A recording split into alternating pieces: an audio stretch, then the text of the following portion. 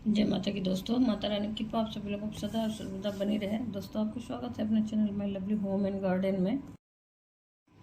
दोस्तों, आज हम लोग बात करेंगे कुछ ऐसे कार्य जो नित्य अगर हम लोग अपने आदत में डाल लेते हैं, नित्य क्रिया बना लेते हैं उसे, तो उससे हमारे घर की कोई भी दिक्कत परेशानी या जो हमारे कार्य होते होते रुक जाते हैं, उन सब दिक्कतों से हम लोग बच सकते हैं दोस्तों। और हम लोगों को जैसे चिंता लगी रहती है कि हमारे बच्चे किसी गलत रास्ते पर न चले जाएं और वो सेट हो जाएं अपनी लाइफ में, तो इन सब दिक्कतों के लिए भी हमें सोचना नहीं पड़ेगा। और सुख शांति समृद्धि कहा जाए कि धन सब कुछ आने लगता है दोस्तों, धीरे धीरे करके अगर उन कार्यों को हम लोग आदत में डालते हैं। और वो कार्य कहीं ना कहीं हमारे पूर्वज पहले किया करते थे और हमारी परंपरा और संस्कार थे वो सब चीज़ें। लेकिन आज भागदौड़ की ज़िंदगी में हम लोग धीरे धीरे उन सब चीज़ों को भूलते जा रहे हैं दोस्तों।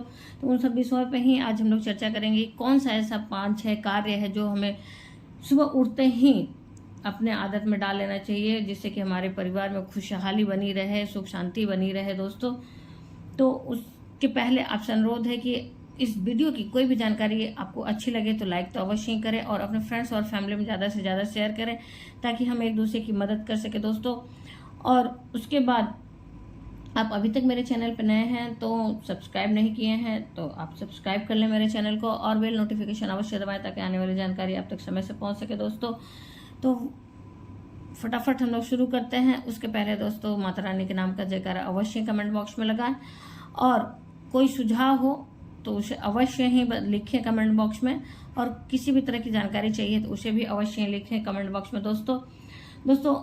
हमें अपने पितरों का आशीर्वाद और अपने भगवान का आशीर्वाद और कहा जाए कि अपने देवी देवताओं का आशीर्वाद, अपने कुल देवता का आशीर्वाद, सबका आशीर्वाद अगर प्राप्त करना है दोस्तों, तो सर्वप्रथम उठते ही हमें अपने हाथों को देखना है। दोनों हाथ को आपस में सटा के हथेलियों को देखें और हथेलियों के अंदर, हाथ के पंजों के अंदर आप देखें कि जो उंगली के ऊपर वाले भाग हैं, उंगली के भाग पे माता लक्ष्मी का वास होता है बोलते हैं, तो उस जगह पे माता लक्ष्मी को देखें। और मध्य भाग में माता सरस्वती का वास होता है दोस्तों। तो बिस्तर पे उठने से पहले जैसे ही आपका आँख खुलता है तो आप वहाँ पे उनका ध्यान लगाएं। आपके हाथ के मध्य भाग में माता लक्ष्मी, आपके हथेलियाँ जो होती हैं उसमें माता सरस्वती का वास होता है, और उंगलियों के जो अग्रभाग हैं उस पे होती है माता लक्ष्मी का वास। और जो आपके कलाई के पास का मूल, आपके हथेलियों का मूल भाग जो है उस पे भगवान विष्णु का वास होता है दोस्तों। तो सुबह उठते ही पहले हम लोगों को ध्यान लगाना है अपने तीनों भगवानों का, दोनों माताओं का और भगवान विष्णु का।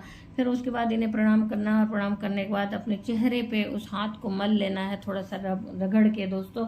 फिर उसके बाद जैसे ही बिस्तर से नीचे उतरने के पहले, पैर नीचे रखने के पहले दोस्तों, आप माता धरती को प्रणाम करें और क्षमा याचना करें, क्योंकि हम सारे दिन उन पे चलते रहते हैं और उन पे सब कुछ मल त्याग करना है। मतलब उनका सारे दिन सदुपयोग, कहा जाए कि सदुपयोग दुरुपयोग दोनों ही करते हैं उनका। जितना हो सके सारे दिन पैरों से हम लोग रौंदते भी हैं और गंदगी का भी निस्तारण करते हैं। तो इन सब चीज़ों के लिए हमें क्षमा याचना पृथ्वी से भी मांगनी चाहिए। और इतना करने के बाद भी पृथ्वी हम लोगों को खाने और जीने रहने के लिए अपने पास शरण देती है दोस्तों, तो इसलिए उनका भी हमें धन्यवाद और शुक्रिया अदा करना चाहिए प्रणाम करने के बाद। इससे हमारे पितरों का आशीर्वाद मिलने लगता है, हमारे देवी देवताओं का आशीर्वाद मिलने लगता है। और उसके बाद आप अपने पूर्वजों, आपके घर में जो भी बड़े हैं, जो भी बुजुर्ग हैं, अगर माता पिता हैं तो उनका चरण स्पर्श करें, उनका आशीर्वाद लें। और ऐसा करने से बृहस्पति, जो गुरु बृहस्पति हैं, वो सही होते हैं दोस्तों। और हमें भगवान विष्णु का आशीर्वाद मिलता है अगर आप अपने पूर्वजों का, अपने घर के बड़े को आप पैर छूते हैं तो। और ऐसा करने से हमें कभी भी किसी गलत रास्ते पे जाने से बचाव होता है। हमारी आत्मा कहीं इधर उधर नहीं भटकती है, हम हमेशा सही रास्ते पे ही चलते हैं अगर इस नियम को हम लोग अपने घर में लागू करते हैं दोस्तों। तो इसलिए कोशिश करें कि घर से जब भी निकलें तो अपने बुजुर्गों का आशीर्वाद अवश्य लें। फिर अगर घर में आप ही बड़े हैं और आपके बड़े आपके पास नहीं है, तो आप उस घर से कहीं बाहर जाने के पहले या सर्वप्रथम अपने नित्य क्रिया से निवृत्त होने के बाद भगवान का ध्यान करें, भगवान के दर्शन करने के बाद ही कहीं जाएं दोस्तों, और उनका आशीर्वाद लेने के बाद ही जाएं कहीं। ऐसा करते हैं दोस्तों तो आपका कोई भी कार्य रुकता नहीं है, किसी भी कार्य में बाधा नहीं आता है, क्योंकि साक्षात आपके कहा जाए कि माता पिता जो हैं देवतुल्य होते हैं, देव से भी बड़ा स्थान उन्हें दिया गया है। तो इस तरह से आप करते हैं तो आपके हर काम बनते चले जाते हैं और सब दिक्कत परेशानी खत्म होते चली जाती है। फिर उसके बाद दोस्तों जो पहली रोटी बनती है आपके घर में, उस रोटी को गाय को अवश्य ही खिलाएं। ये नित्य का नियम बना लें। प्रथम रोटी गाय का ही हिस्सा होता है, गाय को खिलाएं। अगर आपके पास व्यवस्था नहीं है, आपके पास प्रतिदिन गाय नहीं मिल रही है, तो आप प्रतिदिन एक मुट्ठी आटा आप निकालते जाएं, इकट्ठा करते जाएं, और जिस दिन आपकी छुट्टी रहती है उस दिन पूरे आटे की एक साथ रोटियां बनाएं और किसी गौशाला में जाके खिला सकते हैं दोस्तों। ये भी आपके पास विकल्प है। तो इस कार्य को भी इस तरह से कर सकते हैं। और वहाँ ऐसे भी कहा जाता है कि गाय में सभी देवी देवताओं का वास होता है। तो अगर गाय की सेवा आप करते हैं तो सभी देवी देवताओं का आशीर्वाद आपको ऐसे ही मिलता है, पितरों का आशीर्वाद मिलता है, और सारे ग्रह नक्षत्र भी आपके सही होने लगते हैं दोस्तों। गाय का सेवा करने से सब कुछ सही होने लगता है। तो ऐसा अवश्य ही अपने आदत में डालें। फिर दोस्तों, यदि आपको राहु ग्रह की दिक्कत परेशानी से बचना है और राहु ग्रह का आशीर्वाद प्राप्त करना है, तो इसके लिए मछलियों को आटे की लोइयां बना के, आटे की छोटी छोटी गोलियां बना के खिलाएं। और ये कार्य प्रतिदिन नहीं हो पाता है तो छुट्टी के दिन करें। कहीं भी जलाशय हो, तालाब हो, पोखरा हो, कोई भी जलाशय आपके घर के आसपास हो, नदी हो, वहाँ जाके आप छुट्टी के दिन आटे की गोलियां खिला सकते हैं मछलियों को। इससे भी आपके ग्रह शांत होते हैं और उनका आशीर्वाद मिलने लगता है और आपके कार्य सब बनने लगते हैं दोस्तों। फिर आपके पास दान अवश्य निकालें। पहले क्या होता था कि हमारे जब पहले के बुजुर्ग हुआ करते थे, उस समय हम कोई भी अनाज या कोई भी फल या कोई भी सब्जी मौसम में ही उगते थे, हमेशा नहीं मिलते थे हम लोगों के बचपन में। और अभी तो कहा जाए कि साइंस इतना आगे जा चुका है और हाइब्रिड तकनीक इतनी आ चुकी है कि हर मौसम में हर साग सब्जी और अनाज मिल रहे हैं। तो पहले ऐसा नहीं था। और जब पहली बार जब घर में कोई अनाज आता था खेत से काट के, तो दान के लिए निकाला जाता था दोस्तों। अगर पहली बार कोई सब्जी आती थी तो दान के लिए निकाला ही जाता था। लेकिन अब ऐसा नहीं संभव है। तो फिर भी आपके घर में जिस दिन पहली बार कोई अनाज या कोई सब्जी इस्तेमाल के लिए आए, तो आप दान के निमित्त कुछ निकाल सकते हैं। और दोस्तों, आपके पास बहुत ज़्यादा सामर्थ्य नहीं है तो आप अपने सामर्थ्य जितनी भी आपकी शक्ति बने, यथाशक्ति आप दान कर सकते हैं। और वो भी नहीं बन पा रहा दोस्तों, आपके पास भंडारा करने के और दान करने की भी औकात नहीं है, तो आप जीव जंतुओं को भी खिला के पुण्य प्राप्त कर सकते हैं। इसके लिए जैसे कि मैंने बताया, गाय को खिलाएं, आप पक्षियों को अनाज डालें, उनका भंडारा कर दें, पक्षियों को अनाज डाल के भंडारा कर दें। इसी तरह से मछलियों को खिला के भंडारा कर दें। मछलियों का एक तरह से कहा जाए कि उनके लिए भंडारण का ही काम होता है, भंडारा कर दे। ये सब कार्य करने से दोस्तों आपके बच्चों की भी जो चिंता आपको सताती है वो सब भी सही हो जाता है। बच्चे कभी किसी गलत रास्ते पर नहीं जाते हैं। आप जीव जंतुओं को जो खिलाते हैं वो एक पुण्य का ही कार्य होता है, लेकिन इनका प्रभाव धीरे धीरे दिखता है। इसके लिए परेशान नहीं होना है और ये लंबे समय तक रहता है दोस्तों। कई बार हम अपने बच्चों के लिए जो सही मार्ग पे नहीं जाते हैं, इधर उधर भटकने लगते हैं, तो उससे हम लोग परेशान हो जाते हैं दोस्तों। तो गलत संगत में नहीं पड़ेंगे दोस्तों अगर आप ये सब उपाय करते हैं, ये सब चीज़ें मतलब दान करते हैं। तो चींटियों को भोजन कराना बहुत ही ज़रूरी है। इसी तरह से दोस्तों, जिस तरह से हमने कहा कि गाय और पक्षियों को खिलाना, उसी तरह से मछलियों को खिलाना जितना आवश्यक है, उसी तरह से चींटियों को खिलाना भी बहुत ही आवश्यक है।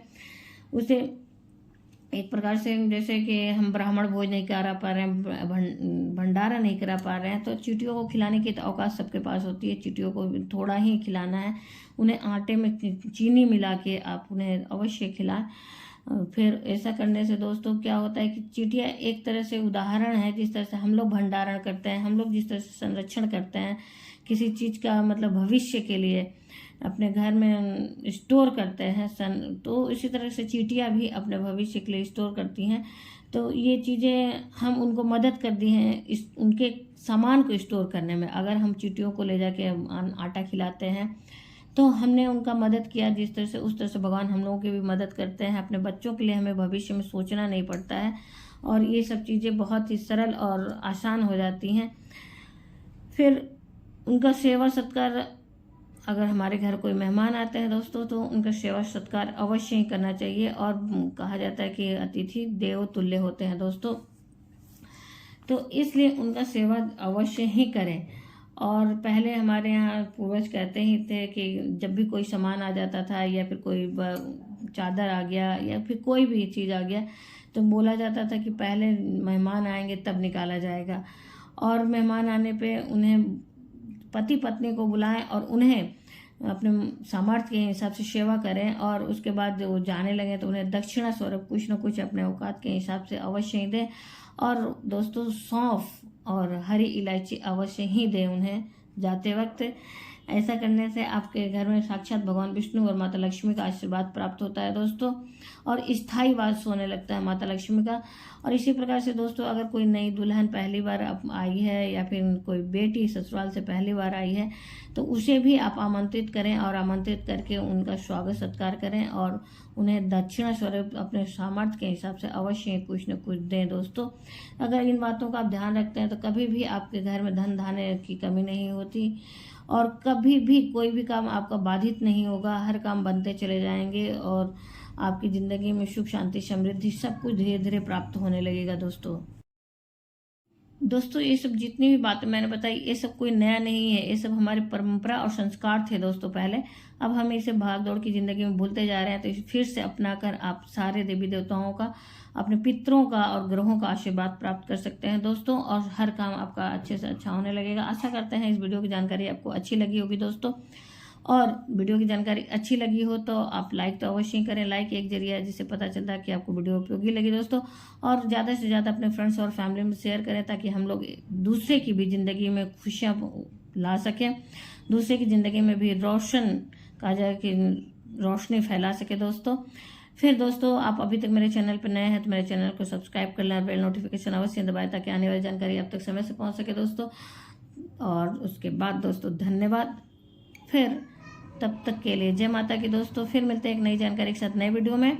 माता रानी की कृपा आप सभी लोगों को सदा और सर्वदा बनी रहे दोस्तों। कोई सुझाव हो तो अवश्य कमेंट बॉक्स में आप लिख सकते हैं, और किसी भी तरह की जानकारी चाहिए तो अवश्य कमेंट बॉक्स में लिखें दोस्तों। जय माता की दोस्तों।